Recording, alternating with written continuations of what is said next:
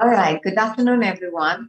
Welcome to the class of BC&R. This is correspondence and reporting. My name is Prachi, and I will be taking yours chapter number 2. You've already started with the chapter number 1. You've already started with this subject, so we will be continuing. And I will be teaching you chapter 2 and 3. I see many of you have joined, so welcome to the class.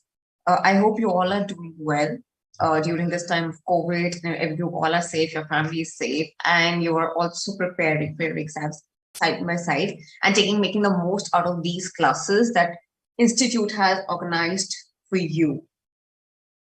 Right. So I will not waste much time. Let's just start because we have too much to do.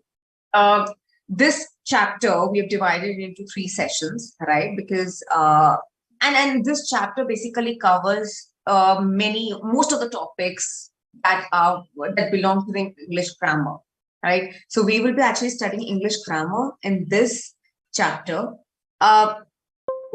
This is my request to you that make sure that you listen to these 3 lectures at least very carefully, because if do not have a base of grammar, I don't think we can excel in writing skills. We cannot, right? So this is why this is very important. If you look at the structure of this course, we started with communication. We have told you everything about communication, how important it is to in our life and how things work, right? But to be able to communicate, we need to have command over language, right? And to know about the language, to have command over a language, we need to have a base over, we need to have a good command over the rules of that language, which is the grammar, right? We need to know how to construct sentences, how to bring the good vocabulary together, in which formation it is supposed to be used, in which tense it is supposed to be used, how sentences are constructed and how they are used effectively, right? So whether it is a verbal communication or it is written communication, having a knowledge about language is very important. And to know about any language, we need to study their grammar first, right? Be it be any language. It is not only for English, it is for any language that you are studying, right? So this is basically going to build a base for you for the rest of the time, right?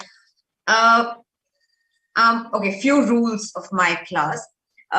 One, you need to have your study material handy with you. If you do not have study material with you, just quickly get it, right? Your pen pencil should be handy so that if you want to write down any example, although I will be uploading this PPT that I will be sharing during the class, you will be getting this PPT on the your students portal on ICAI's website.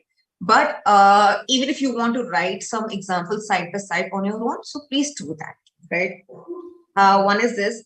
I will be asking you a lot of questions, right? So my request my request will be that you participate in those exercises. You answer whether it's right or wrong.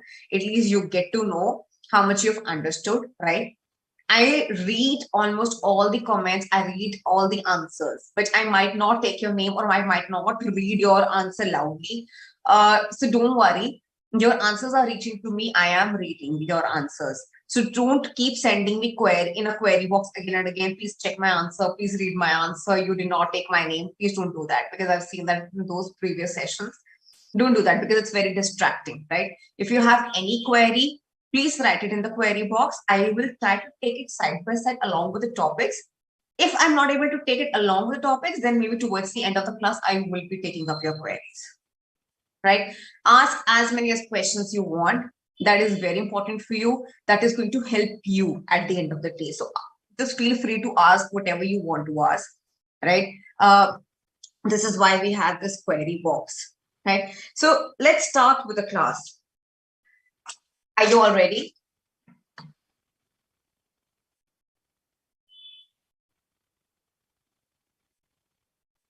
Are you all ready for the class? If yes, you can just send yes or yeah, all set, whatever, in the query box, and then I'll begin my class.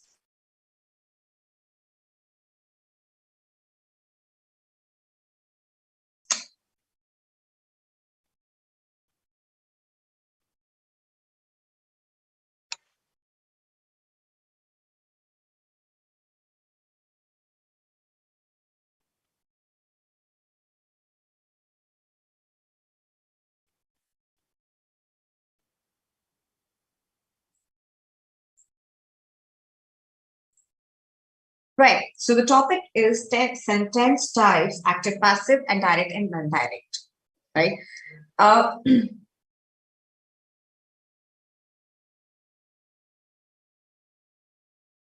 like I just said, that this chapter is all about grammar. Right. Now, what is grammar? Grammar is basically the rules of a language that governs, that regulates sounds, words, sentences, and other elements, and the combinations and the interpretations that just binds everything together. Right? In a restricted sense, the term refers only to the study of sentences, word structures, excluding vocabulary and pronunciation. Grammar does not study vocabulary and pronunciation, which is why vocabulary is altogether a different topic that you will be studying after this chapter, right? This is only about sentence structures and word structures and how they can be constructed together and how they can be used and how when some words come together to form sentences can have different meanings altogether. You know, how even a single word in a sentence can change the entire meaning, right? The entire expression, right? So, so having said that, there are the few terminologies that you should know. I mean, this is not from your exams perspective. This is, I mean, nobody's going to ask you questions based on these terminologies in your exam. But if you are working on the base, why not just start from the scratch and learn about everything, right? It's good to have that knowledge. Starting from the first word is linguistics. Now, what is linguistics? Linguistics is study of language and its structures. Linguistics is altogether a different subject. People do PhDs, people study at a very high level, they do their research. This is a different stream, a different study altogether, where people just keep constantly, and because language is an evolving process, right? Every day there is something new that is added to it. Every day you learn something to it. Nobody can teach you language in a very specific time frame. Language is something that you evolve and you learn over the years, right? And that is how, at a higher level, at a deeper level, people are studying about it. You know how this is constructed, and how scientifically you have the different sounds of things, and how the language is there. Then comes the grammar, like I just said, study of how a language is constructed, which is governing rules. Grammar is simple, the rules. Syntax is a study of arrangement of words. Now, how the words are arranged, how these letters come together, how there is this different sound that is there. That is all syntax. Morphology is the study of internal construction of words. Now, internally, how words are constructed. Like, for example, if I have a word able, and if I add un, unable, how do by adding just two more letters, the meaning will change, right? Semantics is a study of meanings, like how words have meanings and how one word can have different meanings and how one word can be used in different situations and different meanings. Phonology is the study of speech and sound. Right? We do the basics of phonology when we start with any language, when we are in probably very young, when we are in kindergarten. We started with phonetics first. We started with the study of speech and sounds first, and then other things came into the process, right? Then comes the pragmatics. Pragmatics is the study of the use of natural language in communication. Now, even if before going to school, we already have some knowledge about language, a child before entering to a school has the knowledge of language. That's because the language is a very natural thing. You hear, as soon as you open the eyes in this world, you hear people talking, right? And slowly and steadily, first you listen, then the child starts speaking a little bit, and probably after a certain age and after a schooling, they start to read and write also, right? So am I clear about these few terminologies that we have included in the study material just for your knowledge? Any problem? Oh yes, somebody just asked me one question and I forgot to tell you as part of my rule of my class. They do not ask me, ma'am, will this come in the exam, or what is the weightage of this a chapter? I think everything is mentioned on your website. And please understand that this chapter, more than getting marks, this chapter is important overall. Okay, if you have knowledge about this language, very good. If you do not, then take this chapter very serious. Do not think that was pass, just have to appear in the exams and you have to get the score and we'll be done with it. No. Learn whatever you do, after 5 years down the line or 10 years down the line, this is going to help you because language is part of everyday life, right? All right. So, like I just said, that language is something that is that evolves with time, right? Now, let's understand that how, as in a human life, how do we proceed, right? First, we learn about the words. Then we start constructing little small phrases. Then we come on to the sentences together, right?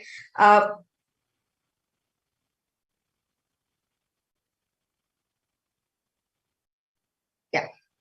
So we come from the phrases. Then we go to clauses, and then we go to the sentences. How we start putting the words together to make bigger sentences.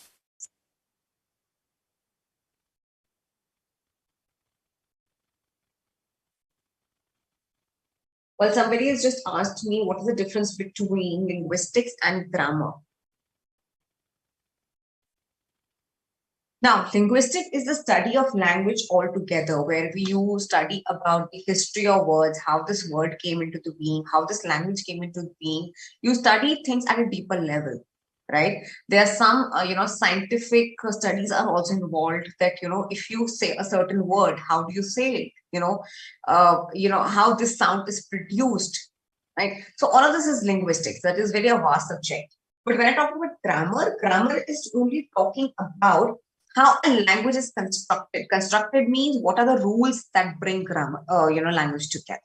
Simply, we're just studying about the rules here. But linguistics is a very vast subject, right? Okay. By meant by scratch means you start from a ground level, from the first step.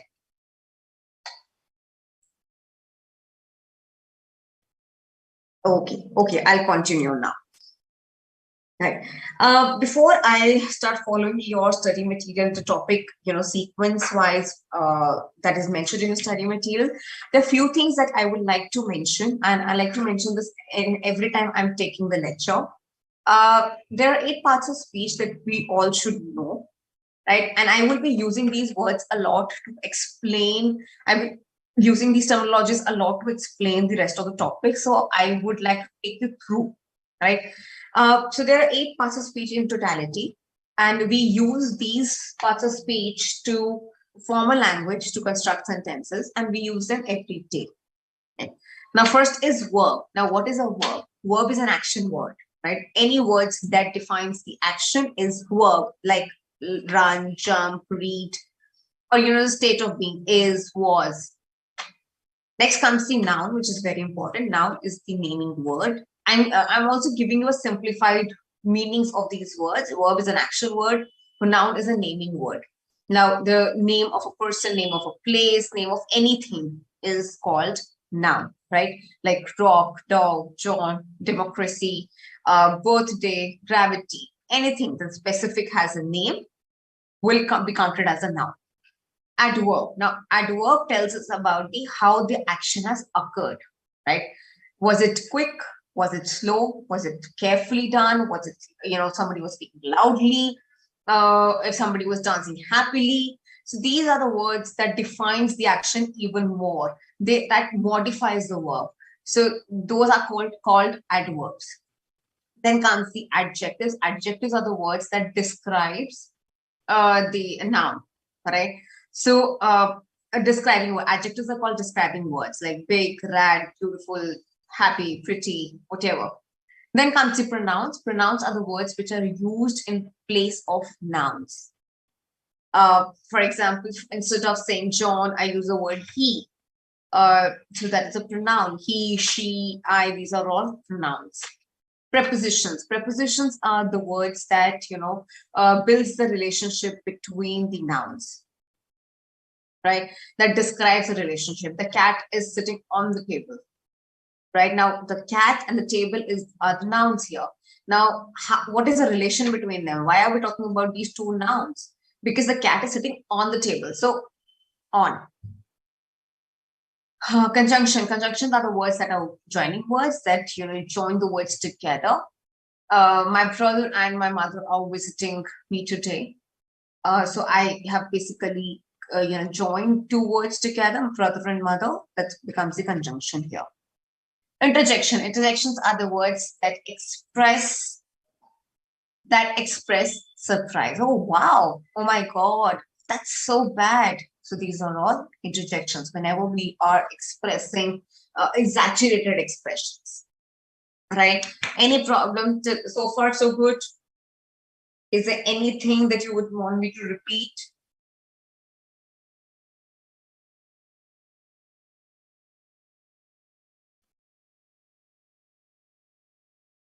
Anything? Are we all clear? Nikhil, you have asked me what is the difference between adverb and adjective. So, Nikhil, mostly adjectives describe about nouns. You want to describe a beautiful girl was standing across the lane, right? So you are defining that girl. You are saying that the girl was beautiful. You use the word beautiful for her. So that is adjective, right? But adverb basically describes a little more about the verb, how the action is being taken place, right? The teacher was speaking loudly, right?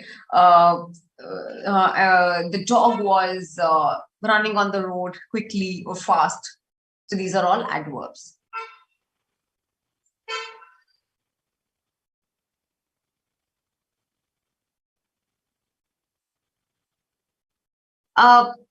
This is my request. Don't get into these terminologies too much. I think what I am teaching right now is more important rather than studying about what linguistics is. Shika, you don't have to write that slide. I will be uploading the video, PPT on your students portal. Don't worry. You don't waste time on writing. You can write if you find something relevant to what I am saying, right? And if you think that is not part of the PPT. So you can note down that, but don't waste time on noting down the PPT. That will be uploaded, that you will get. Okay, so let's start the main topics of this chapter.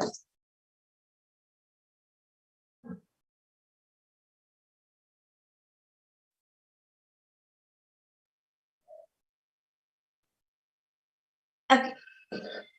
Now let's understand about, I've told you about the, nouns, verbs, adjective, all the parts of speech. Now let's study about the sentence structures, how we start forming the sentence, right? So here we have 3 steps. The first is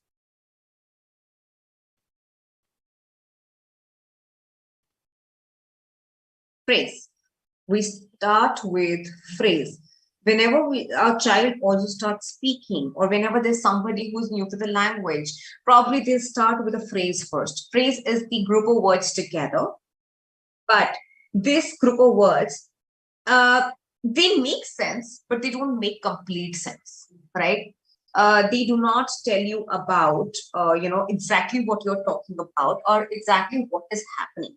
These words are such words that come together, they form a little meaning, but not complete. So you cannot make out anything what the person is trying to say, right?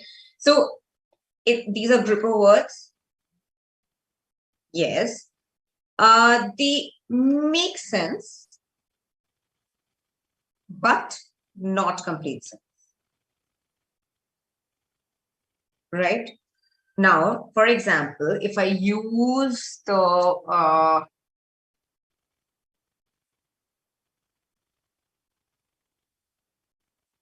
phrase as in the forest, if I say in the forest, right? Now, in the forest makes a little meaning, makes a little sense to us, but not complete. What in the forest?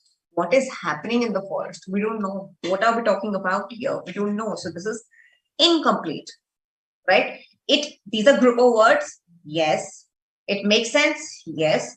But does it make complete sense? No. Right. So this is a phrase. Right. Now, phrase does not tell us about what action is being taken place. It doesn't tell us about any action. It doesn't tell us about whom we are talking. That means the subject. Now, these group of words do not have the subject. That means we are not aware that about whom are we talking. Clear? Am I clear? Yes. Any problems here? If you want more examples, if I say over the horizon, okay, in the kitchen. Now you can ask yourself, are these group of words? Yes. Are they making sense? A little. Are they making complete sense? No. So these are called phrases. What are they called? Phrases. Clear? I can see your. Great. After the phrase, we move on to a little, we move on to a next level, which is called clause. Okay. After one has learned about phrases, we start making sentences that make sense, which is called a clause. Now, what is a clause? If I say,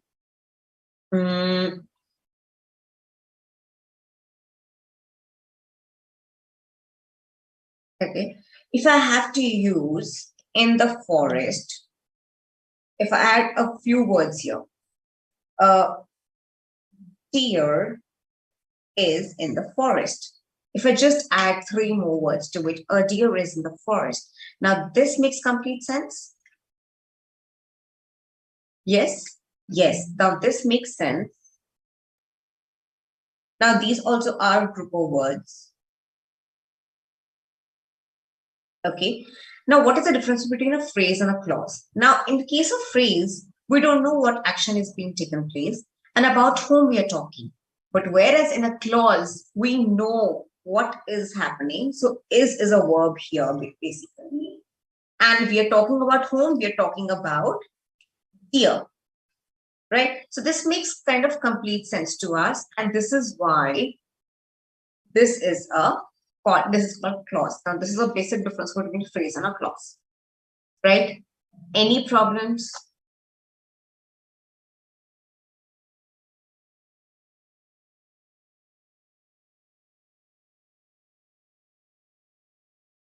Are we clear? Now, can I move on?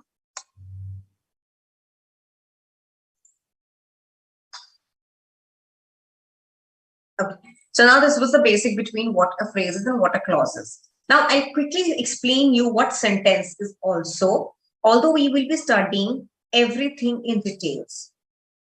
Okay, we will be studying about a phrase also in details, the types of phrases. Then we will be studying about the types of clauses, and we will be also studying about the types of sentences. Right? Now,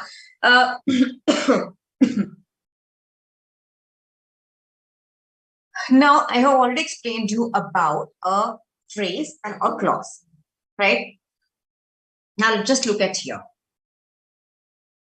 If I write a big clock, now the big clock is a phrase or a clause?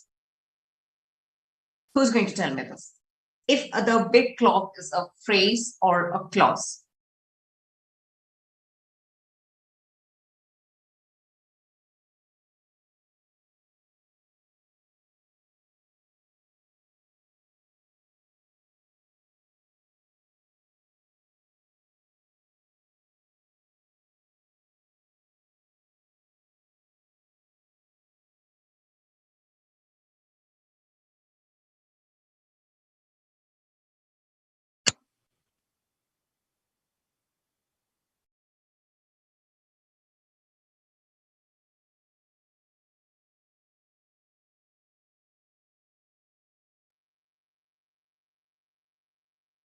It's a phrase. Very well. So the big clock is a phrase.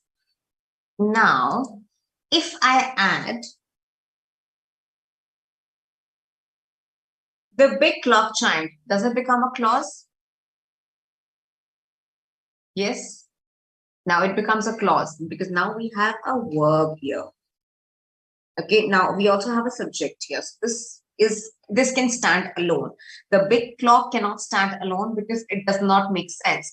But now, as soon as the verb comes along with the subject, this becomes a clause. It makes sense and it can stand alone now, right? Now, if I go on and add some more words to it, when the hand struck midnight. Now, when I added few more words to it,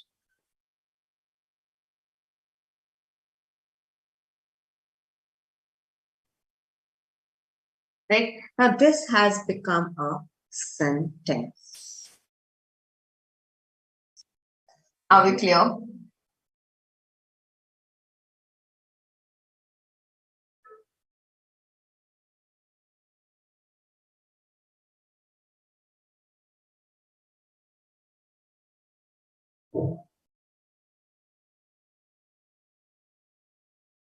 Now, you might ask me that, ma'am, the big clock chimed.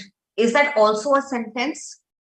Yes. In a way, clause is also a sentence, right? Because it's making complete. But you can also include phrases and clauses together to make a sentence, right? So sentence can be as big as you want, right? It can just go on and on and on the way if you want it, right? Because we will be studying about 4 more types of sentences, and then you will see how big a sentence can be and how small a sentence can be, right? So the big clock chimed was also a sentence in a way, and the complete is also a sentence, right? But a phrase cannot stand alone. A clause and a sentence can stand alone because they complete the meaning. Are we clear?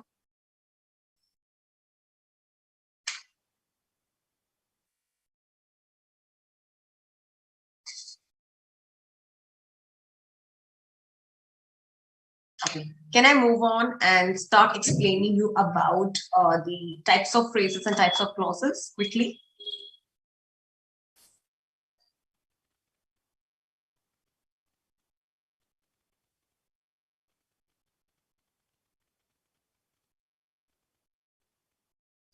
Komal, there is not a much difference between a clause and a sentence because clause in itself is also a sentence, right?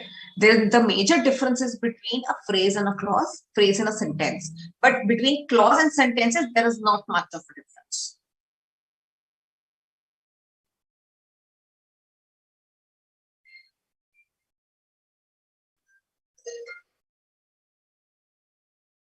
I didn't get your question, Mr. Mohammed Ibrahim. Is it like all subjects are phrases and all verbs are clauses? No, no, no, no, no, not at all. Not at all. The phrases and clauses is not about where the subject is, where the verb is. I mean, it's not about the verbs here. No, not at all. You're getting it wrong. What I'm saying is that when there is no subject and there is no verb, then it is a phrase. In a clause, we have a subject, we have verb, and at times we also know about whom we are talking or about whom the action is being taken place. That thing is called an object. So, no, I am not suggesting that at all. Yes, Vanshika, right. The clause and sentence are all the same. So, clause is part of a sentence only. Sentence just becomes a bigger term. Okay, great. So most of you have got, and it's clear with you guys. So let's start with the types of phrases.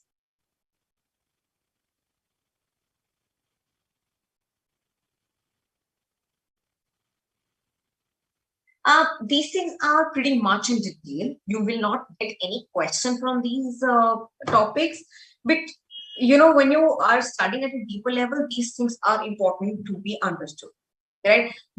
Without teaching all of this, I cannot teach you the main topics like direct and indirect speech and active passive voice, and the sentence types and everything. To understand what sentence types is and to understand the other thing, you need to have the basic knowledge about these things. So I won't be spending very much time to these things because they don't deserve to be, to spend too much time on these. I will be very quick in my explanation. But if you feel something needs to be explained again, just write it to me.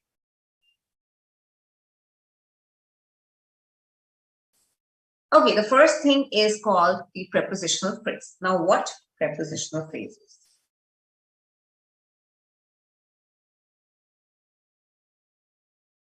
Please excuse my bad handwriting. If it's not readable and if it's not, understandable, just let me know. Okay, now what prepositional phrases? Now, this seems very clear. There is a phrase that has a preposition in it. Right? This is why it is called prepositional phrase. And it is also very much clear that there will not be any verb, there won't be any subject, nothing. Right? So there will be something along with the noun or a pronoun. Right? So prepositions help us to describe the position of a noun and a pronoun. Prepositional phrase includes preposition as well as all the words that follow. Right? So prepositional phrase starts with a preposition and there are 1 or 2 or 3 more words attached to it. Right? For example, near my house. Okay, so it starts with a preposition and it is followed by noun or pronoun. Are we clear? This is a basic example to it.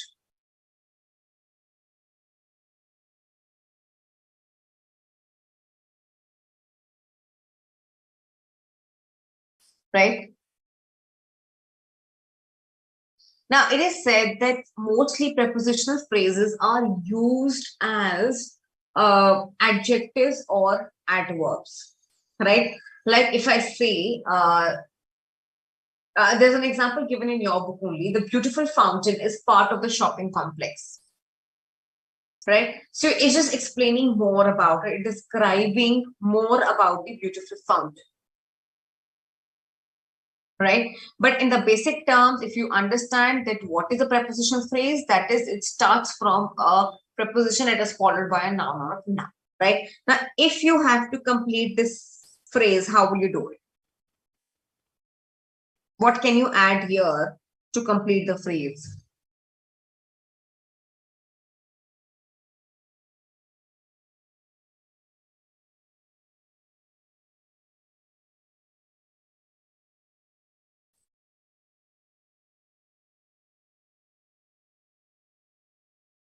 Good, Avni. Yes, on the stage is a good example of prepositional phrase. Can you add something here?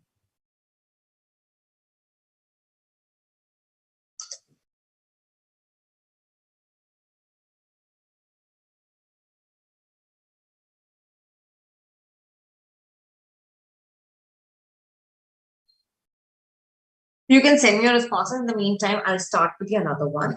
Then next comes the noun phrase. Okay, now what is a noun phrase? Noun phrase is just like a noun in a sentence. If you just look at the name, it's a noun phrase. So it includes a noun and it also includes adjectives to describe a noun.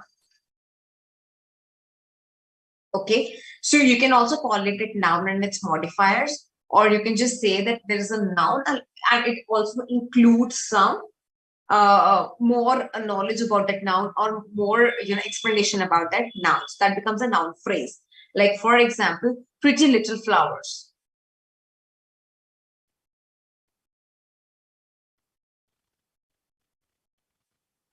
Now, pretty little flowers. So we're talking about flowers here, and we are explaining a little more about the flowers. They're pretty and they're little, so that becomes a noun phrase, right? The strange creaking sounds.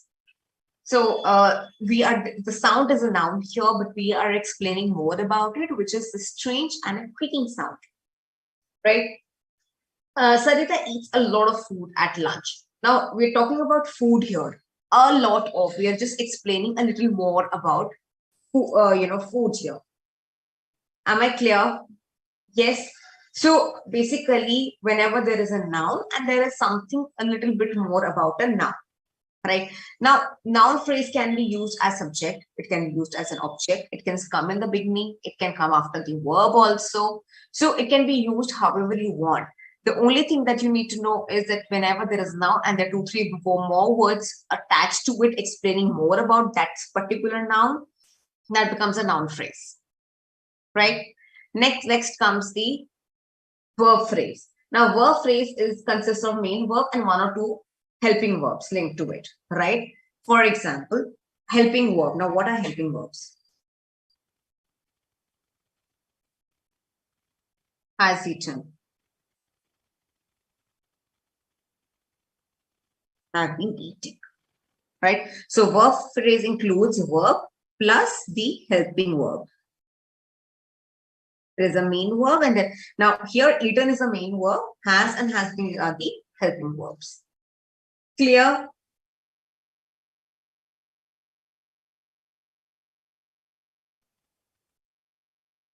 Okay, and it's needless to say that it defines the time of the action, of course.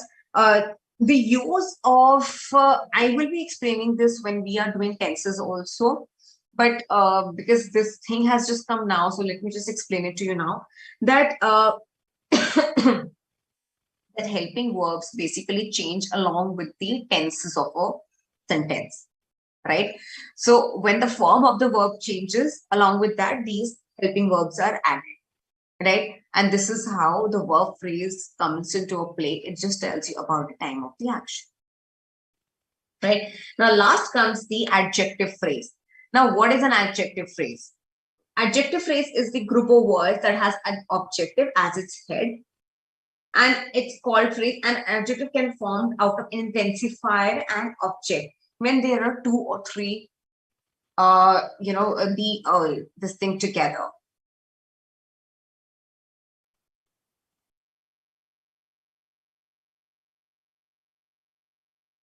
When there are two or three adjectives together attached to each other. And that is why we use adjective phrase.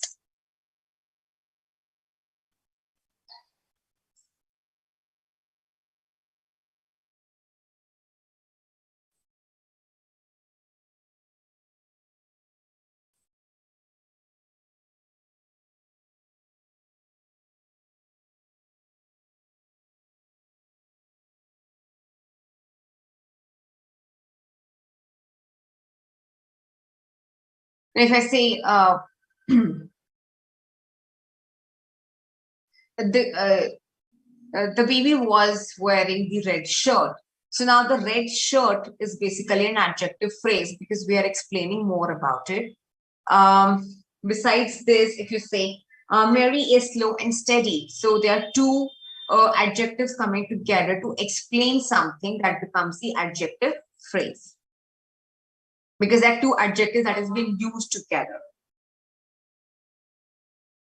The rule is now null and void. The rule is now null and void. Now there are two things that is describing together, right? About the rule, that is an adjective phrase. The class is so calm and quiet. Now, calm and quiet, the two words that is explaining, and they're two used together. And the one adjective was also enough, but if you're using another adjective on top of it, that means we are intensifying the situation, or we are talking a little more than required about the situation. So, when you use two or three adjectives together, that becomes an adjective phrase.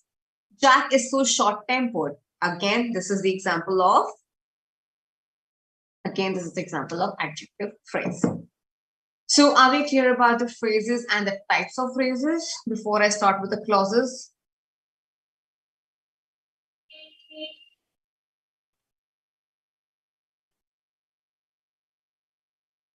Are we clear? Can I start with the clauses?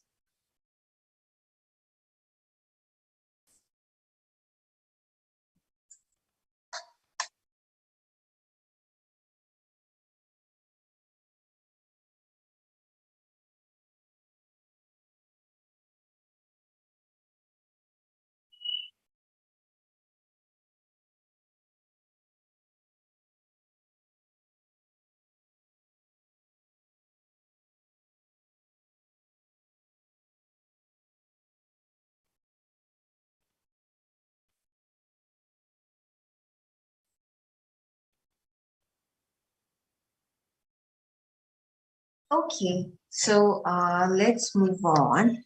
And now we will be understanding about the types of clauses. Okay.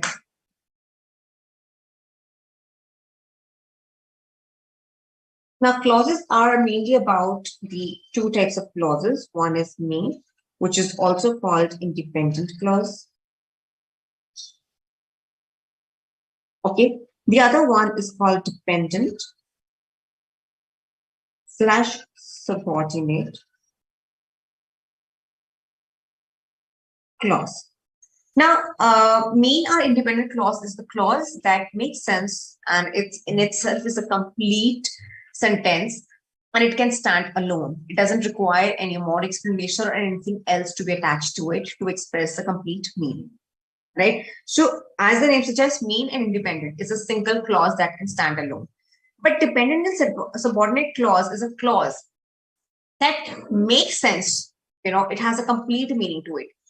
But there is one string attached to another clause and it is required to be connected to it to express the entire complete meaning, right? I know it sounds very confusing. Let me just explain it to you with example. Okay. If I say okay.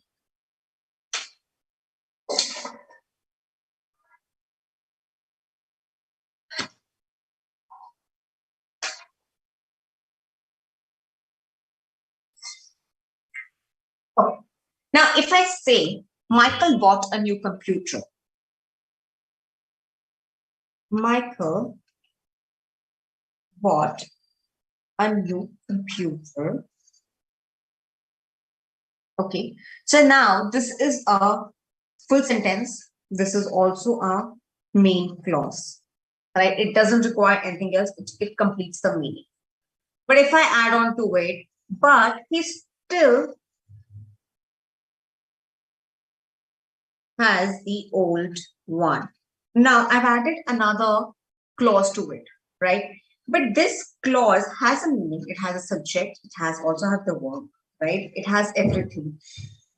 But because the but is used here, it becomes a subordinate clause. If I just say, but he still has an old one. Now this, it does not have a complete meaning. It needs something to be attached to it to complete the meaning. Right? It has subject and it has verb. So do not confuse it with a phrase. That ma'am, it can be called phrase also. No, it cannot be called phrase because it has subject and verb.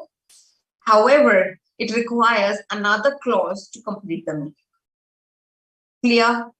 Yes. So one is an independent clause, which makes sense on its own. It can stand alone. It is a main part of a sentence.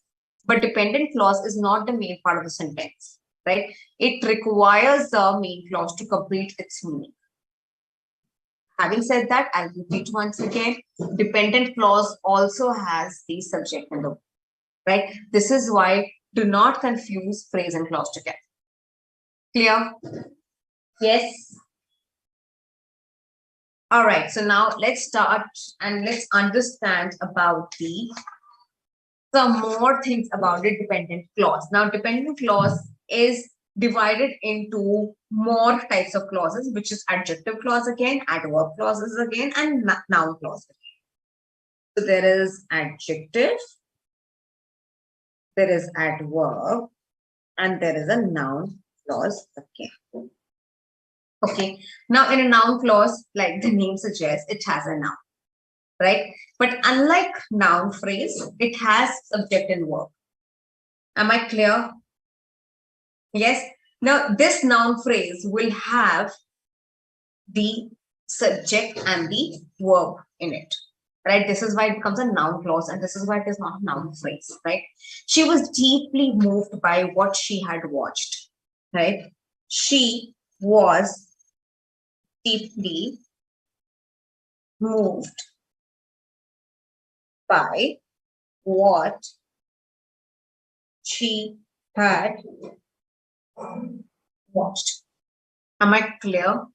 Yes.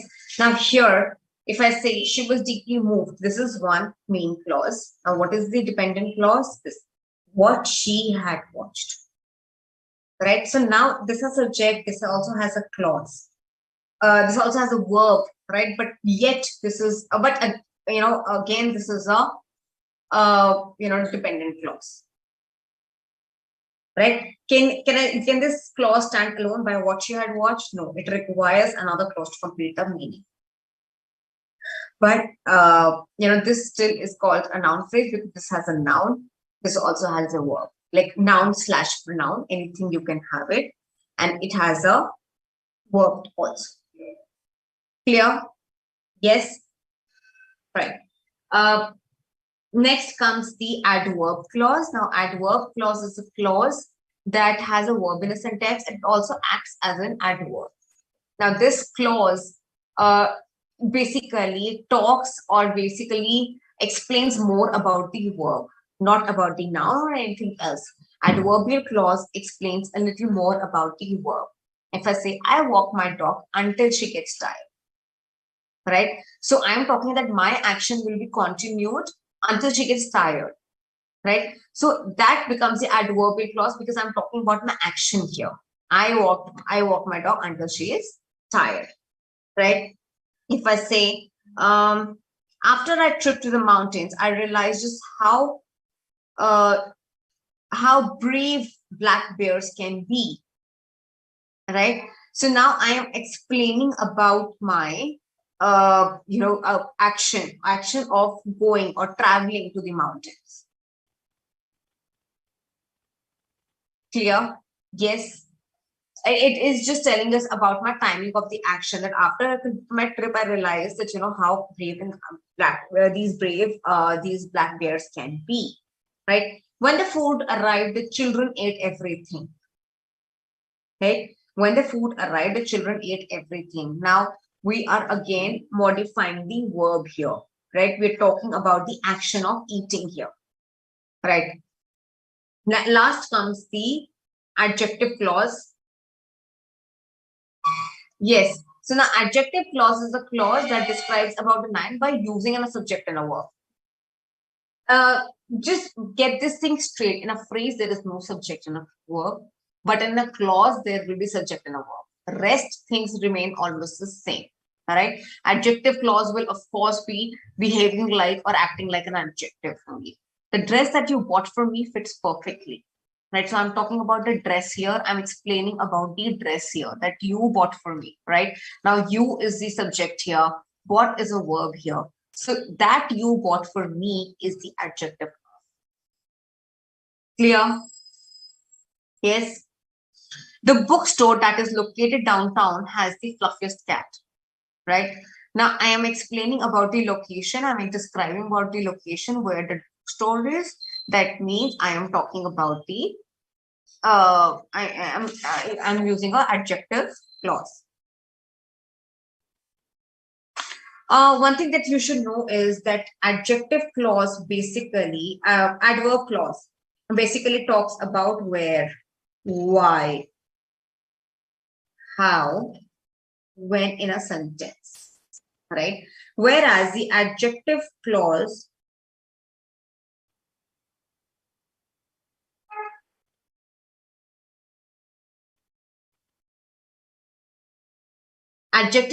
talks about the which one or what kind, right? Am I clear? Are we clear till here?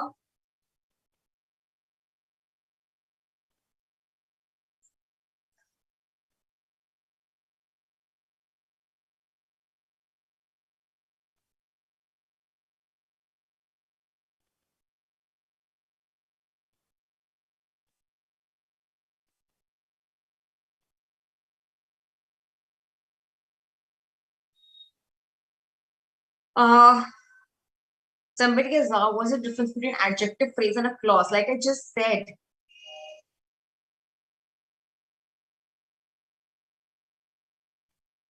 now, like I just said, that adjective phrase and clause, the basic difference between a phrase and a clause is that a adjective phrase doesn't contain anything. It is just, group of adjectives coming together, right?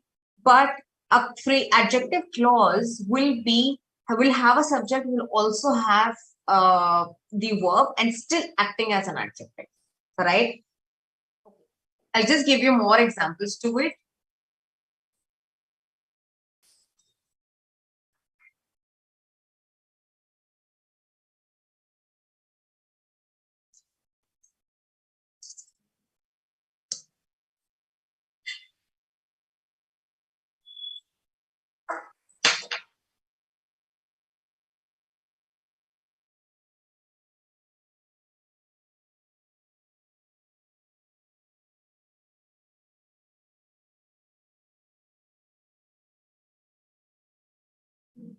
Mm,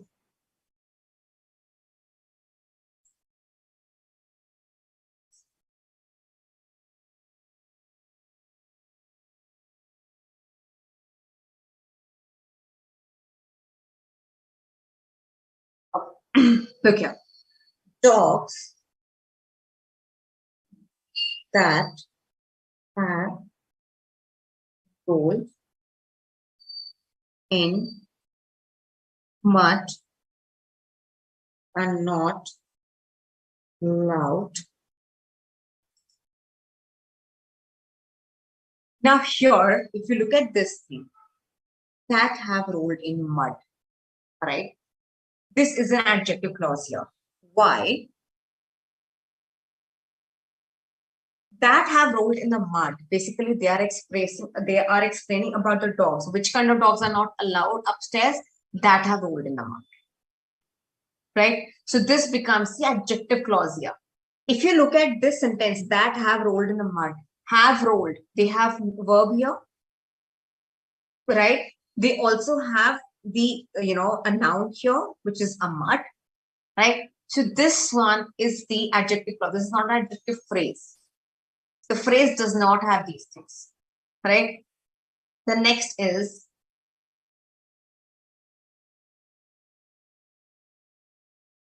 it just describes something about the noun.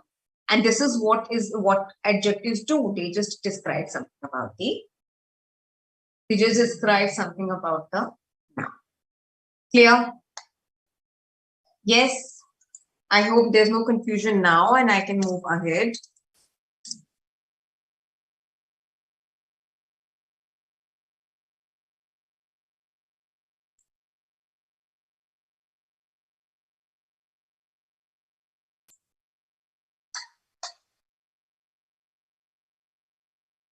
Is it clear now?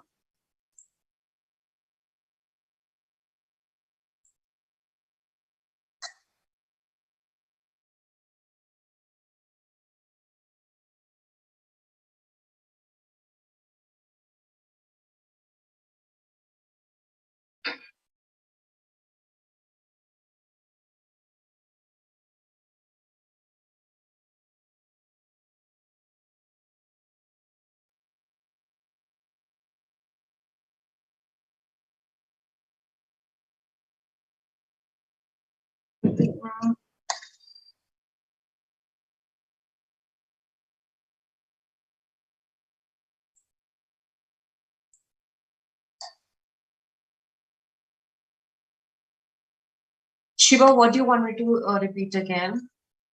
Can you please specify?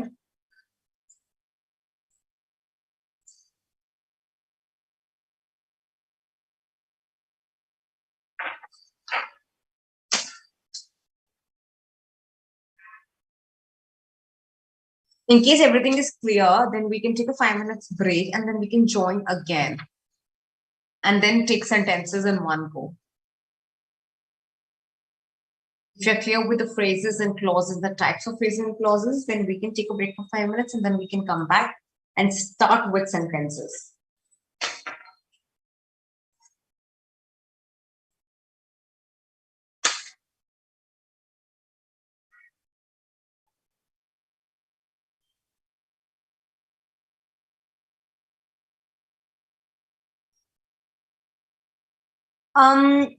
Yeah, maybe in a way you don't use adjective of verb, no. You just say that there's some more information or more intensifying or modifying the verb. Basically, you use the word modify, right? Modification or intensification of the verb. Okay, let me take up the last example, which is the adverb clause here. Now, adverb clause, again, just the way adjectives tells us something about noun, adverb clause tells us something about the the action that is being taken place, right? The dog started chasing my car. The dog started chasing my car once they saw it turned off. partner, right? Now, this one is describing us or maybe telling us more about the first part of the sentence, right? So this becomes the adverb clause. Now, this is not telling us about the dogs primarily, how the dog looks like and what is the dog is doing. It tells us about the action that is being spoken about in the first part of the sentence. Am I clear? Yes. Now is it clear? Okay, great. So let's take a 5 minutes break and we will join at about 3:01, may probably just 5 minutes break quickly. Uh, and then we'll start with the sentences. Okay. What a noun clause is basically a clause that tells us something about a noun. Simple. Just the way we are talking about the adverb and adjective. This one explains a little bit more about the noun.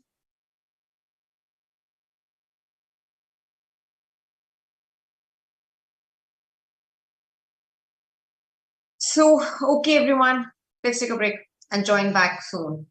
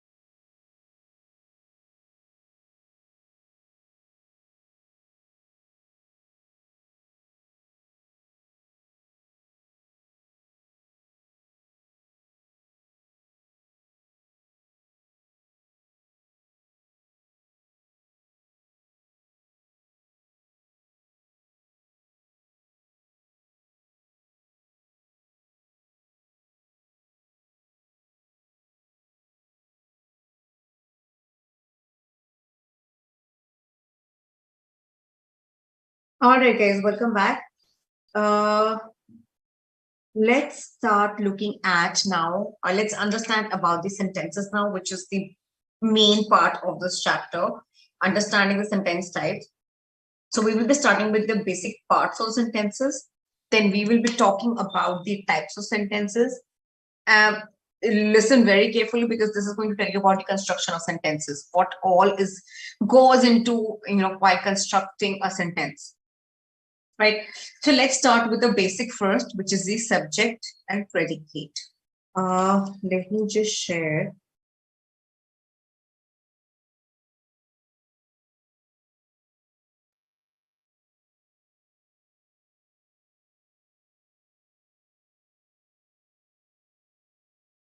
Oh, yeah. Before we actually start with sentences, let's just quickly look at this small exercise about the phrase and clause. You have to tell me which is a phrase and which is a clause in the first part of the question. And the next part of the question, you have to tell me which is the independent and dependent clause. Quick.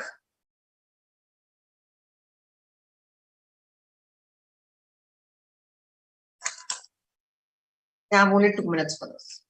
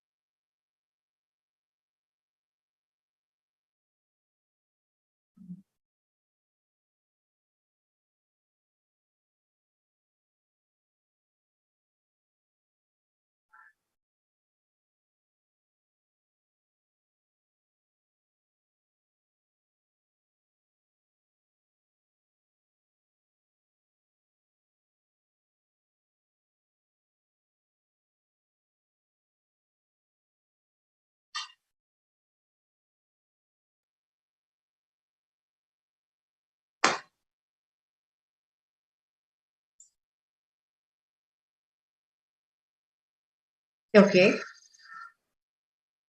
Ashika, you could have told me the first one also. That's so easy.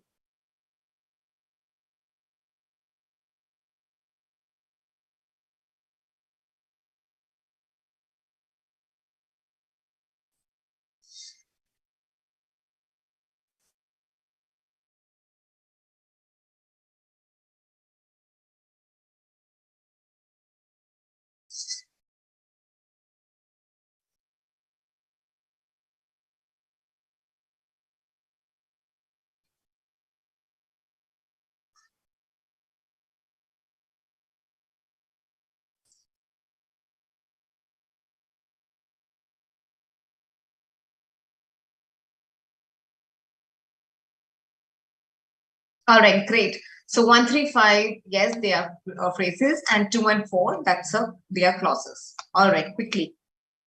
You want me to?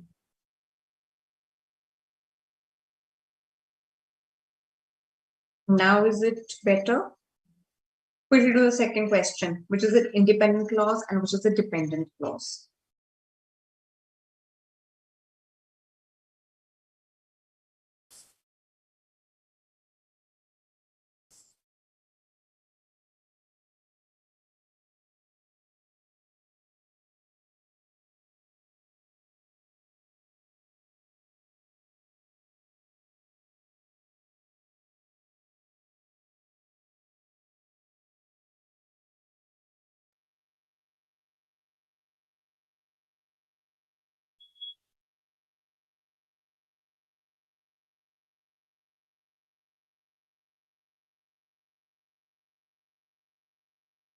Okay.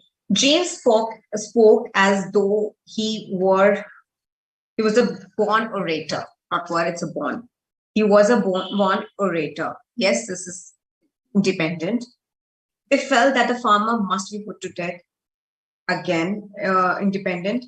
When at last returned to the village, the people told him that his mother died.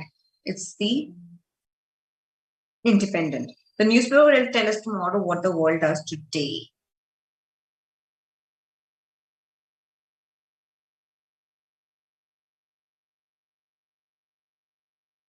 The few books that were produced in the Middle Ages.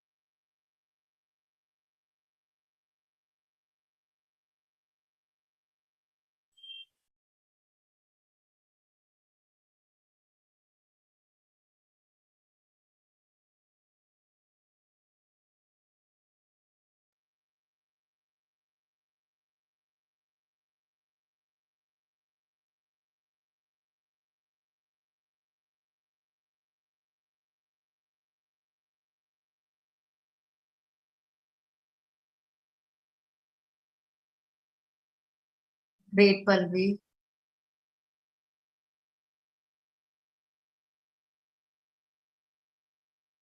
No. So basically, within the sentence, you had to identify which is the independent and which is the independent clause. Now, if I say James spoke as though he was a born orator, James spoke is a independent, as though he were a born orator is a dependent clause. They felt that the farmer must be put to death. They felt is the independent, and then the rest is the independent, dependent. When at last he returned to the village, the first part of the sentence is the dependent and the rest is the independent. The newspaper tell us tomorrow what the world does today. From the what the world does today is the dependent. The few books that were produced in Middle Ages were written by hand.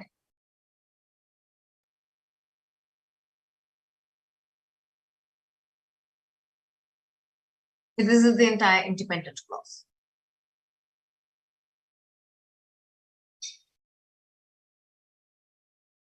Okay, now quickly look at this.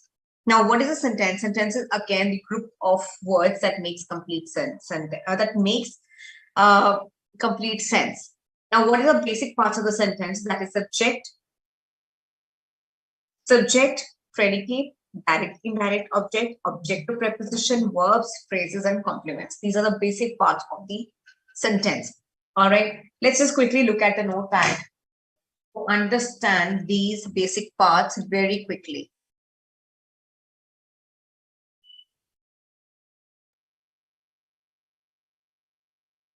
Harshika.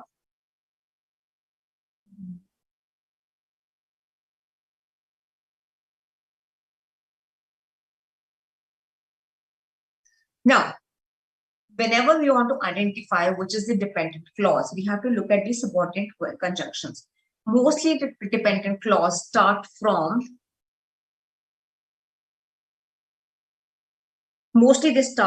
subordinate conjunctions such as after, because, if, since, when, whereas, whose, which, that. Am I clear? So whenever we're identifying which is a dependent clause, we mostly look for these words. Clear? Now look at these exercise again. As though, that, when, right? What, that. Am I clear? Right? But in this case, this is just a phrase. Right? So this is why I said that this one does not have any dependent clause. This is a complete independent clause. All of these, rest of these have dependent clauses. Clear? Yes? Okay. Now let's talk about the subject. Now subject is about which something is being stated. Right? Look at this example.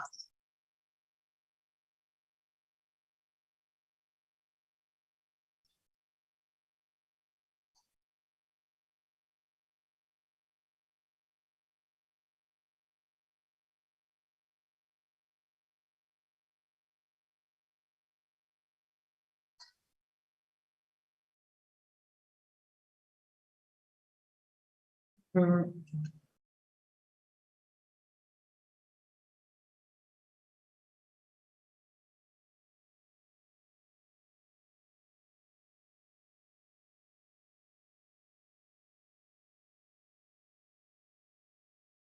Now, if a sentence says Ria writes a letter, right? Now, this sentence has the parts of sentences. I'm going to break it down very clearly. Okay. Now, Ria is a subject here because we are talking about Ria. Now, subject is the part of the sentence about which we are talking. That is the most important part of a sentence, right? Writes is the verb. Now, we have already talked, I've told you about subject. Now, let's talk about the verb. Verb is again a very important part of the sentence. Without verb, it is not a sentence. Without any action, this is not a sentence. So, writes is basically a verb, right? Now, next comes the predicate here. Now, what is a predicate? So, predicate is leaving aside the subject, rest everything is a predicate. You first divide the sentence into two parts, which is subject and predicate. That is a basic division, right? So, Ria here is the subject and rest all becomes the predicate. Am I clear? Yes. Now, let's break predicate into more parts, right? Now, here we have writes a letter. There is an object here on whom the action is being performed directly, a letter. This becomes the direct object. Am I clear?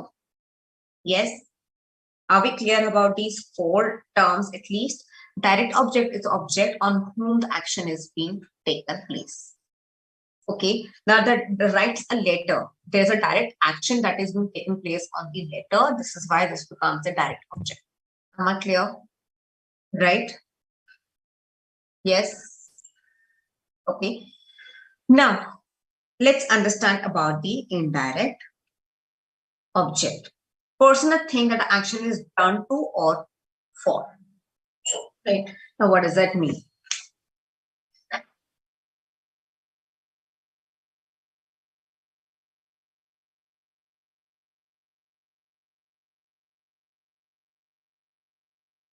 Ria writes, I'm going to open my notepad for a while.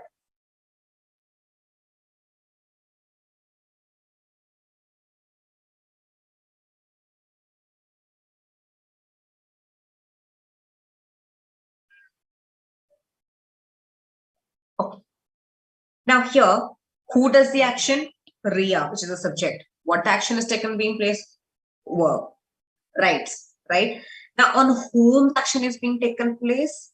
Letter. This is the direct object.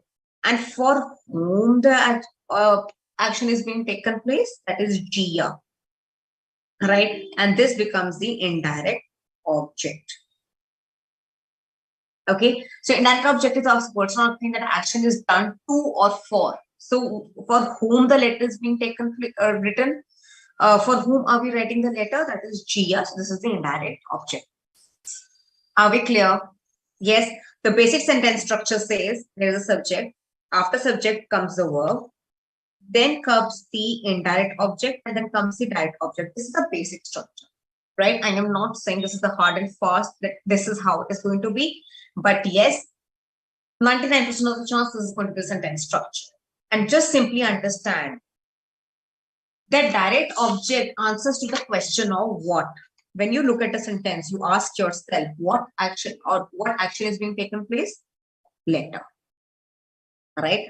Or for whom are we taking it? Becomes the indirect object. Clear? Yes. Am I clear? So these were the basic that you need to know. Yeah. So now we know subject, predicate, direct object, indirect object. Let's understand phrases I've already told you.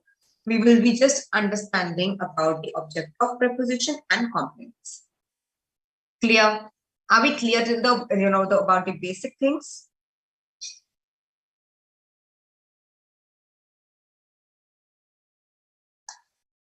Oh, great. Things are clear to you guys. Very good.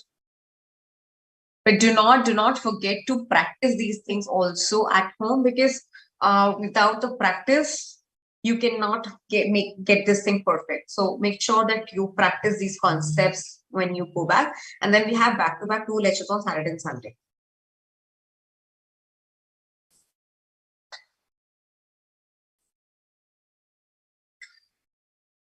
Any problems?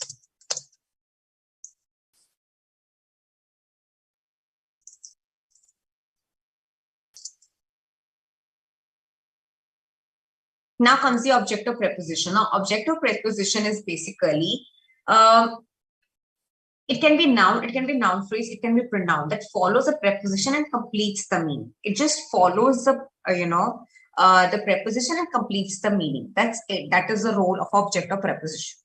Right? Now, it says, Ria lights a letter on her letter pad. Okay. On her letter pad. Now, on her letter pad becomes the objective preposition. Clear? That's something that comes after the preposition. Okay. Here.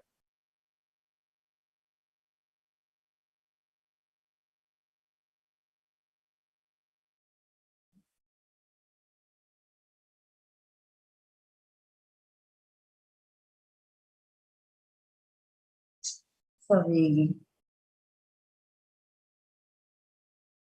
Ria writes a letter on her notepad. So now here on is a preposition. What follows after the preposition becomes the object of preposition. Clear? Do not confuse this with the prepositional phrase, because prepositional phrase has preposition plus a noun or pronoun. But this one comes after the preposition. So whatever comes after the preposition becomes the object of preposition. Clear? Yes. Okay. The last thing that you need to understand is the complement. Now, what is a complement? Complement is basically a word or a group of words that completes the meaning of the subject. Something just simply completes the meaning. It doesn't have much role to play. It just completes the meaning. Now, it can be a subject complement. It can be object complement. It can be verb or complement. Like we have studied about other things, these things just focus on completing the meaning. Like verb complement will focus on it can be a noun, it can be a pronoun, it can be a word or a word that is acting as noun, right? But it will just, have a direct impact on a verb. Object complement will have direct object or impact on the object. And subject will have, of course, the impact on the subject. Clear? I will not get into much details because this is very confusing. You will, start moving here and there just to understand these things. But what I will be explaining you in details is the verbs. The types of verbs that we have. Now, let's understand the, types of verbs that you should know, right? And how they are very important part of, how they are important part of the sentence structures and how they are modified. Clear? Let's look at the first verb, which is the finite verb. Now, the finite verb, they basically change their form according to the subject and the number of the verb. What did they do? They just changed their form. Like is, are, goes, go. These are the verbs that, change their form along with the number or the, the tenses or number of people and persons also. Clear? I am a teacher. He is a teacher. Now, am and is change their form according to the I and he here.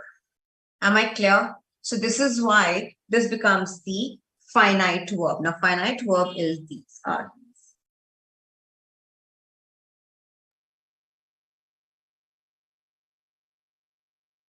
Okay. Does, has, have, eat, eats. Now, eat and eats also. Although we will be starting this in subject-verb agreement, but just to give an idea, whenever we are talking about a singular subject, we use eats. Okay. Whenever we are talking about more people, we use eat. Right? So according to the number of the subject, the verb changes. Clear? Then next comes the non-finite verbs. That doesn't change the form. Non-finite verbs doesn't change the form.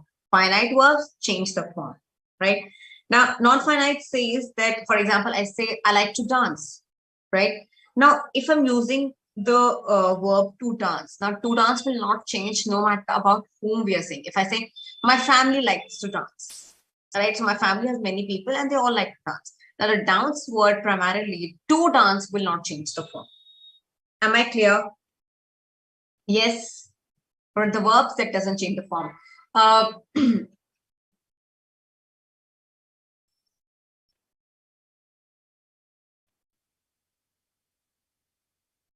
Yes, yes. Am and are. Very good, Priyanka. Good afternoon. Somebody has just joined the class pretty late. Okay, clear? Am I clear? All right. So now non-finite is also divided into three parts, which is infinitive, participle, and gerunds. Okay. Now, in terms of infinitive, these are the verbs that are followed by to walk, to dance, to run, to swim. Whenever we use the verb along with to, these are called infinitive form of verbs. Then comes the participles. Now, participles can be used with ing and et. Like, if I say I am going for swimming, right? So swimming, I'm using the verb along with ing. That is the participle form of the verb, right? And by nature, it is working. No, that is a gerund. Sorry, that is a gerund because this is working as the noun in the sentence. I am going for swimming, right? So this is acting as a noun, and this is why it's called gerunds. But ing form of verbs, which can be used as verb, are called participles, right? He sat on a broken chair. We met a girl carrying a bag full of fruit, right? So that is again the participle form of the verb.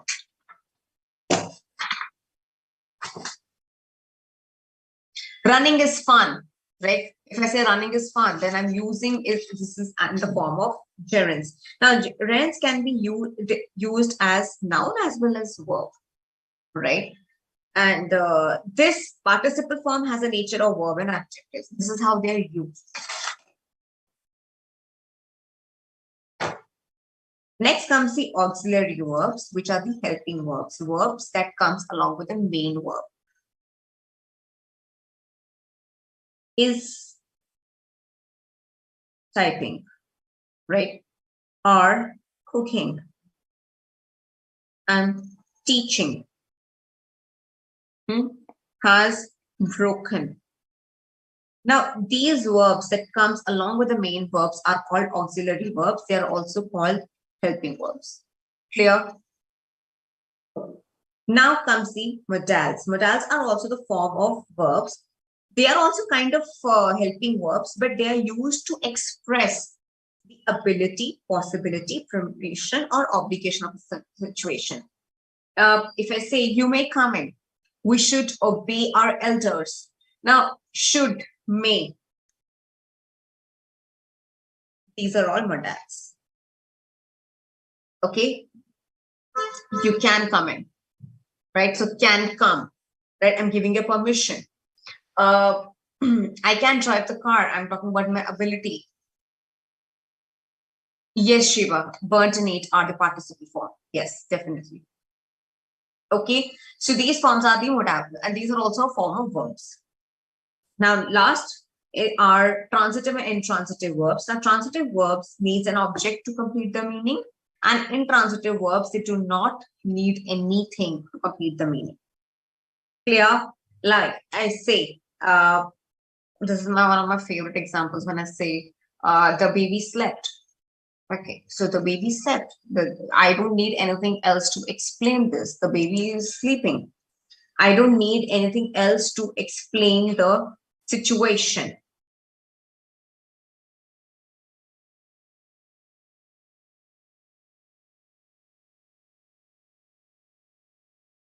Okay. Now, but if I say the driver stopped, does it complete the meaning? No. It requires something else along with stop. What did the driver stop? All right. So you need an object that is followed by the verb, right? If I say I spoke is again not exactly a complete. You need something to complete the meaning, right? If I say the donkey kicked the man, right? The donkey kicked whom, right? So you need something to complete the meaning. This is why they're called transitive. In transitive, they don't need any meaning to complete the meaning. Clear? I have a very quick exercise for you guys to do so that you also have a better clarity of how these things are. Let's start with the first one, which is identifying the subject, direct and indirect object. Then I have another slide which will clear any doubts that you have regarding the verbs. Clear? And then I will be starting with my favorite part of this chapter is sentence types. Let's just quickly take 5 minutes to complete both the slides. You have to identify the subject, direct object, and indirect object in the sentence.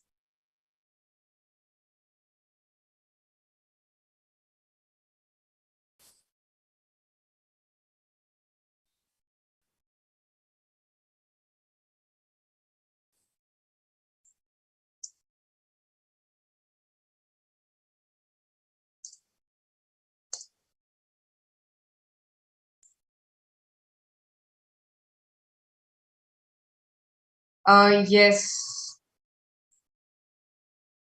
Shiba, yes. Must is also an obligation. An obligation, not a obligation.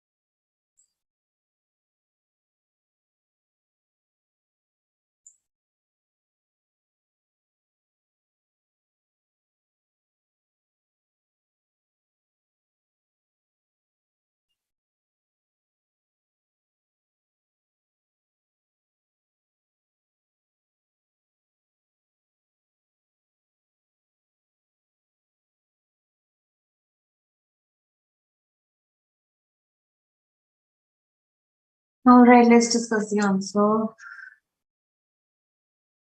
Okay. She sent her friend an email. Okay. So she is a causal subject, sent is a causal verb, direct object is an email, and the indirect is her friend. Because what did she send an email? For whom did she send? For her friend. Sally will help you with your housework. Sally is, of course, a subject.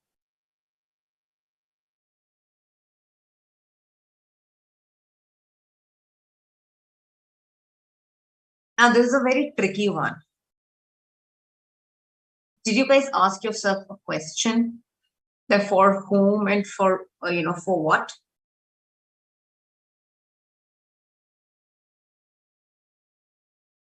Sally will help. With what will she help? With your homework. That is direct object again.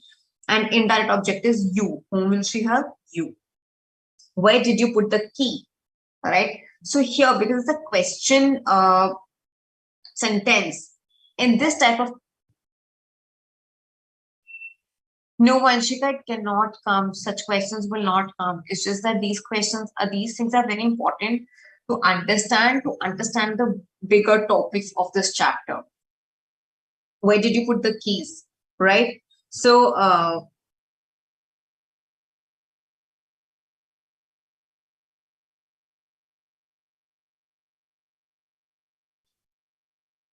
you is a subject here.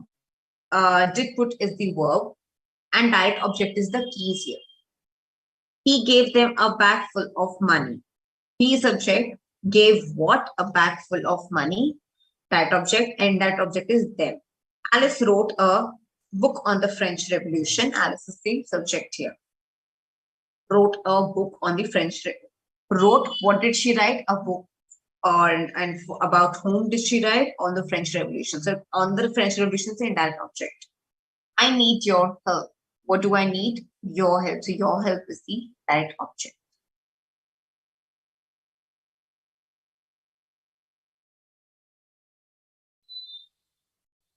Yeah, your is the indirect object, right? All right, so next one is transitive, intransitive, and finite, infinite. Remember, finite changes the form, non-finite does not change the form. Transitive needs object, intransitive does not need any object to complete the meaning. Let's quickly do this.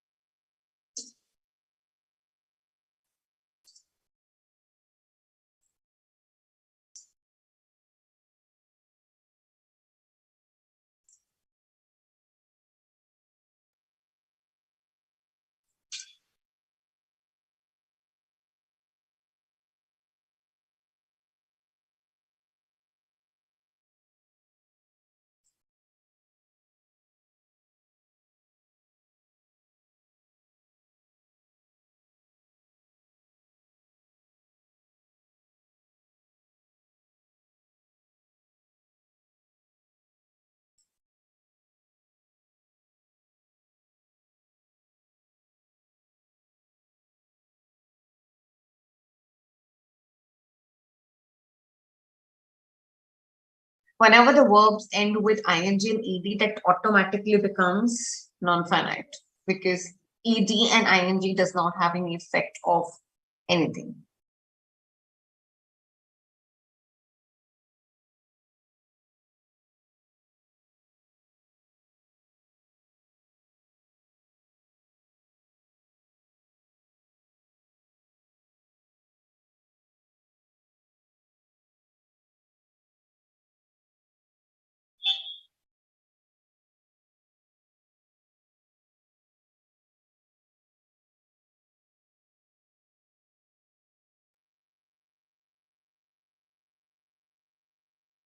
All right. Nancy does her homework. Does is, of course, finite. Doing is non-finite.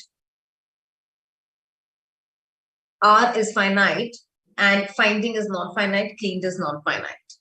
Coming on to transitive and intransitive verbs. Was crying is... no, it's not. It's intransitive because was crying is enough. You don't have to explain it even more. Even if you've told me she was crying, it's enough to understand. Doesn't need any object to explain why and what. We showed her the photo album. This is transitive because we showed what? It's not complete. So that needs an object. It was raining at that time. This is intransitive.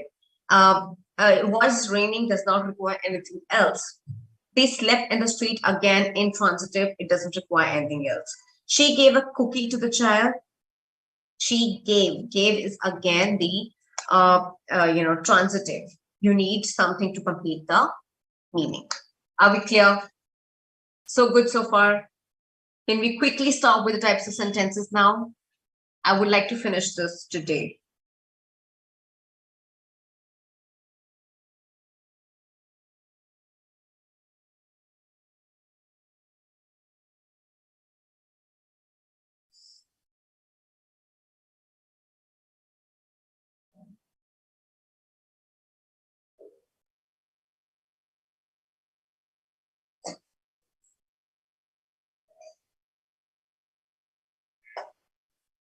So are we ready with for the next topic?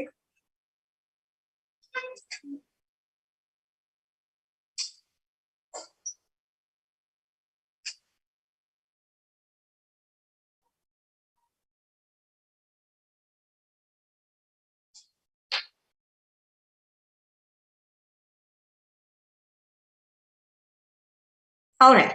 So now types of sentences.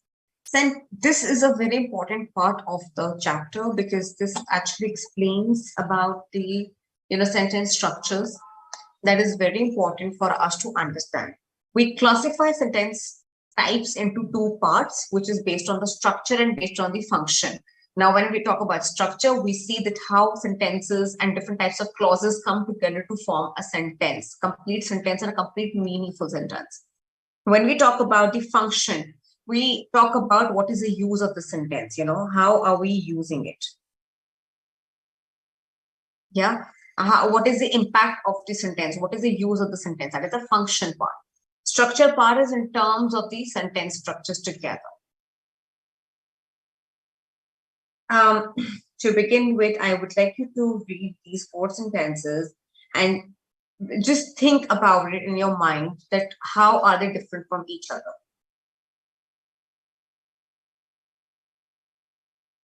And then I will explain after this.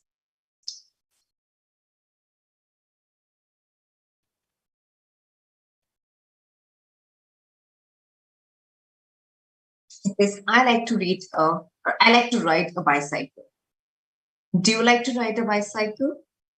Don't ride the bicycle too fast. What a beautiful bicycle. Now, if you read all the 4 sentences with appropriate expressions and the tone, then you would see that all 4 sentences have a different function altogether. All 4 are different from each other. All 4 has a different purpose altogether. Now, when I say I like to ride a bicycle, then in this sentence, I'm just giving a plain information and, I'm just expressing that what I like to do. Simple. It's just a statement. When I said, do you like to ride a bicycle? Then it's a question. I'm asking somebody like, do you like to ride a bicycle? When I said, don't ride the bicycle too fast, it's like, I'm giving a command to a child or somebody, don't ride a bicycle too fast, it's unsafe. When I say, oh, what a beautiful bicycle, then I am probably expressing my, I mean, how much I like the cycle. I mean, how much I'm in love with the cycle. So I'm expressing it. That's such a beautiful bicycle. I like it. Right. So all four have different functions.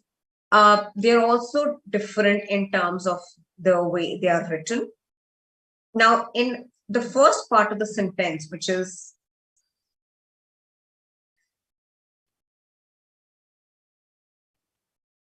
I like to ride a bicycle. Now, in this sentence, of course, any sentence starts from a capital letter. It ends with a full stop. Okay. As the name suggests, it is just basically declaring something. It's just telling us something.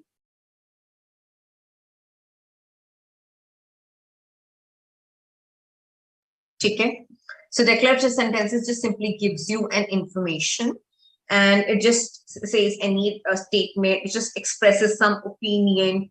Probably we're just talking about some universal truth. We're giving some suggestion. They're like plain sentences, right?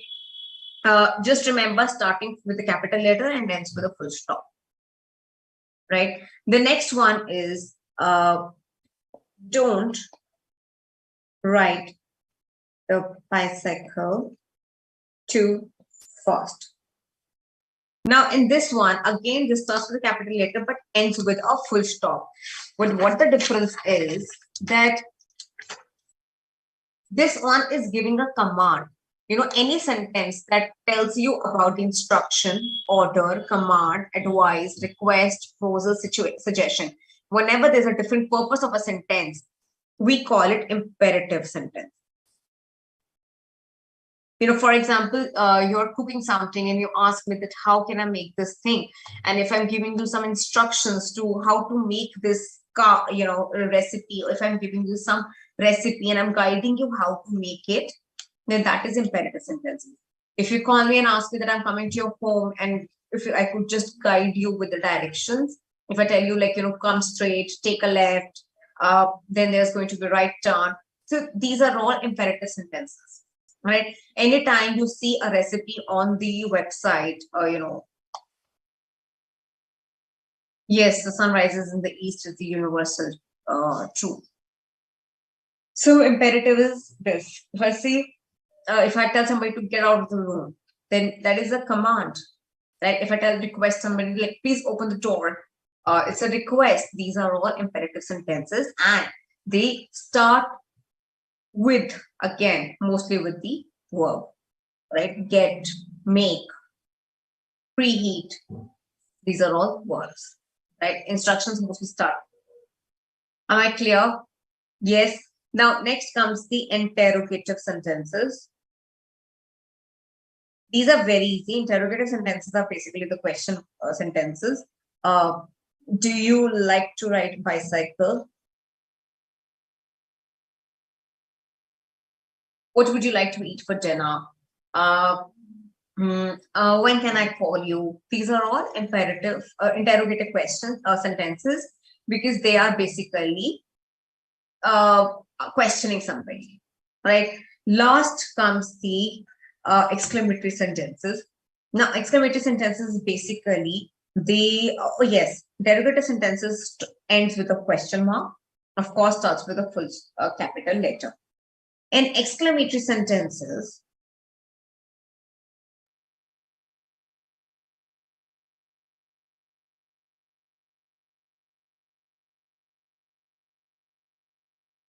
in this, you ended with an exclamatory mark, you started with a capital letter, and the purpose of and the function of the sentence is to just simply express how you feel about any thing, any exaggerated thing. Are you sad? Are you happy?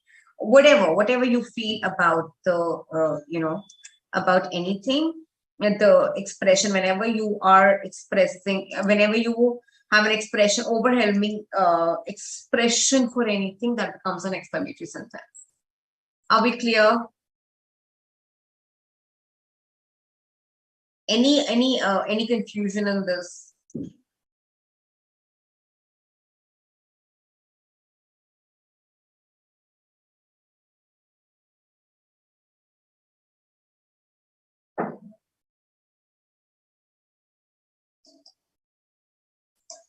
Was it easy to understand? If you all have understood, then only I will proceed. Otherwise, I will not start a new topic today. I will start it on Saturday.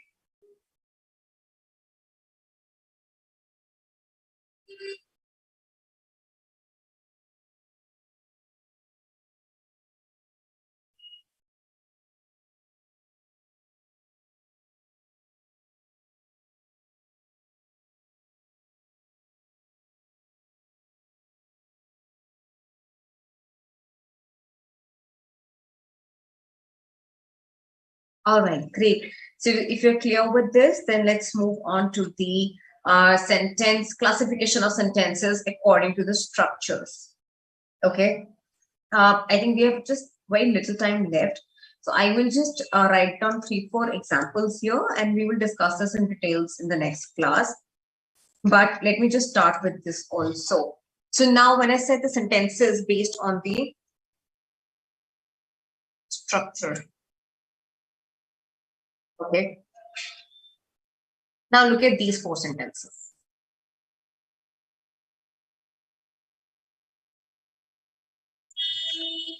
Rohan is a student. Okay.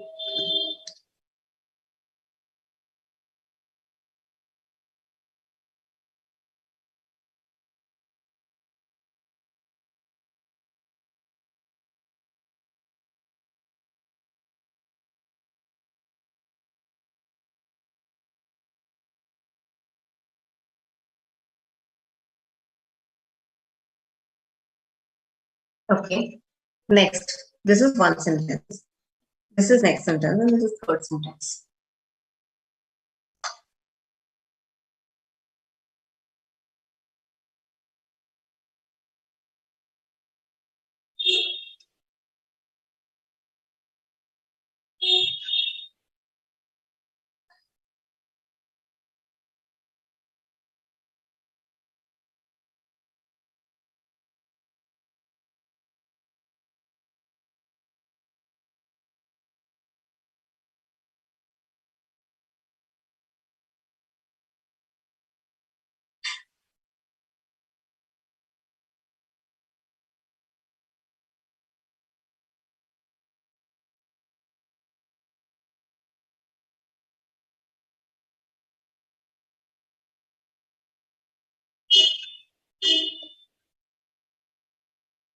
Okay. Next is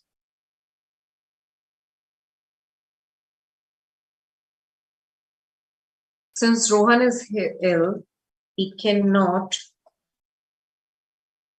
join the team today, but we hope that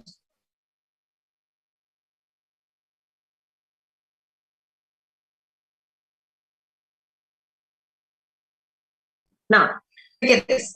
Now the first part of the sentence, like the first type of sentence is Rohan is a student. Now this is one simple sentence. There's no complexity in it. There is one simple, we have simple one subject, we have one verb, and we have an object or, predicate, whatever you want to call it. So this sentence is basically called simple sentence. Now, simple sentences are those sentences that has only one subject and one predicate. It expresses the one single thought and complete meaning. There is nothing else to it. There's one single thought. Rohan is a stupid. Simple. Right? And it can stand alone. It doesn't need anything else. Next comes Rohan is the boy who works hard. Now, in this case, we have one independent clause and one dependent clause, right? Whenever there's a mix of one independent clause and one dependent clause, the sentence becomes complex. No, compound, sorry.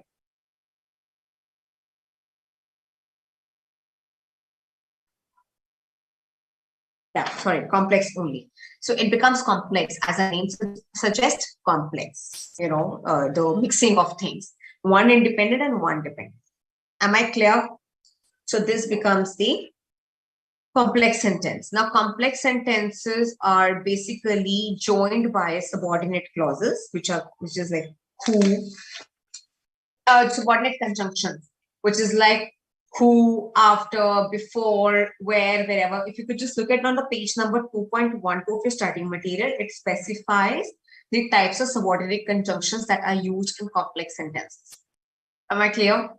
Yes. So automatically you know that the first part of the sentence that does not have any subordinating conjunction, that becomes a main clause, and the other is a dependent clause. The third category is that it has two independent clauses, but it is joined by coordinating conjunction. Now here, Rohan is a student is one independent clause. He earns for his family is one independent clause. If I break the sentences, these two will become two independent sentences or clauses, but they are joined by but here. But is a coordinating conjunction, right? Everything is mentioned in your study material with example, go through it. So when the two independent clauses are combined together, that becomes compound sentences. It does not have any dependent clause. It has only two independent clauses. Am I clear? Yes. Last comes the compound complex. Now, as the name suggests, the compound complex. Now, what happens in compound complexes that we have two or more independent clauses and we have at least one or more dependent. All right. So this will have two independent and one at least dependent. Now, since Rohan is here, he cannot join the team today. But we hope that he can join as soon as possible. Now here, this is a dependent clause. Since Rohan is ill, right? He cannot join the team today is the independent clause. Next is we hope that he can join as soon as possible is again independent clause. This is connected by coordinating conjunctions. Dependent one has subordinating conjunctions. Are we clear? Yes, I know it's very confusing. We will be, I will explain this again in the next class, but I just wanted to touch this topic. The homework for today is that please go and at least read about subordinating conjunctions and coordinating conjunctions in your study material 2.11 page and 2.22 page or 2.12 page. Just read about what these things are, and then we can just go on and start again on Saturday. Am I clear? I will try to send the PPT today itself. I will get that uploaded. I'm going to stop here for now for today, since I would like to take up any queries that you guys have. In case you guys like the class and you thoroughly enjoyed and everything is clear to you, please mention in the comments. And if there is any query, please send it to me now. I can answer. About these types of sentences, I will be starting once again on Saturday. So tell me in case there is any problem or any query that you have. In case no queries and you like the class, then you can always tell me that.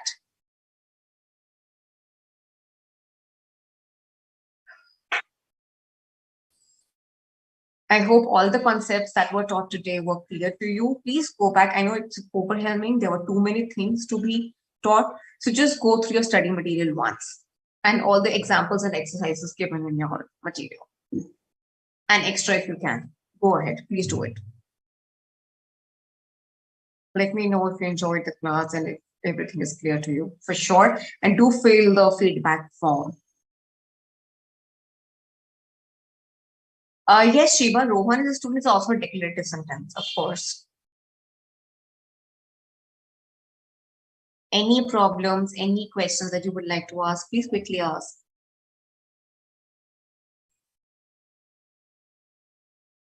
Okay, I'm glad there are no doubts. Very good. Thank you, Sarvesh. Thank you, Hira. Thank you, Mayur, Chandan, Shiva. Thank you so much.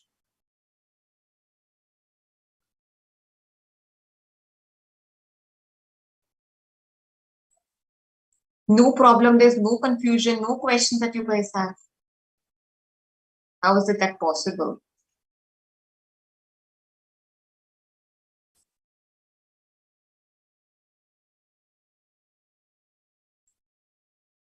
That's not really possible. You might have a question.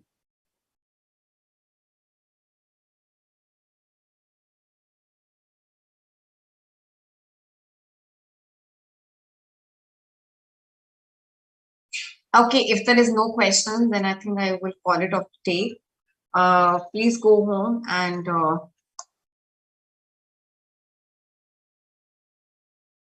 actually now we can take that up. That's not a very detailed thing, and that's not very important from your exams point of view. Just go through the PPT that I will upload and go through the study material. If still things are not clear to you, then we will discuss on Saturday.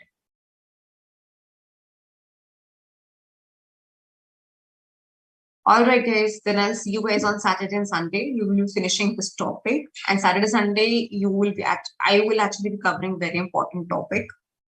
So make sure that you attend those two classes. Those two classes are very important from your exams point of view. Do not forget to fill the feedback form and just let me know how the class. Bye. Take care.